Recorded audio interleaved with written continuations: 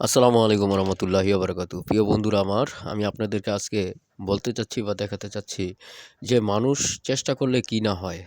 দেখুন, একটি মানুষ কত কষ্টে জীবনযাপন করত, অনেক অবহেলায়, অনেক অনাদারে, অনেক তুচ্ছ তাচ্ছিল্যের শিকার হতো।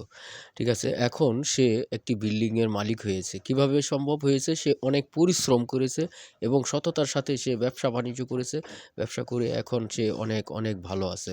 তো পরিশ্রম সৌভাগ্যের প্রসূতি। পরিশ্রম কখনো যে পরিশ্রম করবে সে কখনোই ব্যর্থ হবে না। ঠিক আছে? তো মানুষকে কে কখন কোন অবস্থাতে চলে যায় কেউ বলতে পারবে না। তো আমি আপনাদেরকে সেই জিনিসটা করানোর জন্য এই ভিডিওগুলো করা বা এই কথাগুলা বলা যে মানুষ যদি পরিশ্রম করে, ঠিক আছে? সেটা কখনোই বিফল হয় না। ঠিক আছে? তো এই যে দেখান আপনারা, এই যে বিল্ডিং ঘর উঠাইছে যে নাকি, সে একসময় অনেক কষ্ট করত। হ্যাঁ? এমনও দিন গেছে যে না খেয়ে থাকতো, অনেক কষ্ট করত। তো তার ভিতরে জিদ চলে আসে, সে প্রতিষ্ঠিত হবে। এখন প্রতিষ্ঠিত হয়েছে।